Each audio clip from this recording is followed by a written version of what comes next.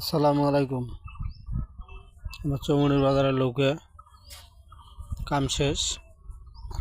কোনো যে গাব দেওয়া আছে নিচে 10-15 দিন পরে আবার রং করা হবে। লৌকেটা শুকানো হয় নাই, শুকাইলে তারপরে রং করা হবে। মিস্ত্রিরা আরেকটা লৌকে বানাইতে গেছে। লৌকেটা বানায় আসলে তারপরে বডি এখনও বানায় হয়নি, তো বডি বানাইলে একবারে রং মিস্ত্রি আসলে তারপরে আবার রং করা হবে। রং করি তারপরে নদীর নামাবো। বুঝছেন, ওদের নিচে গাব দিছি।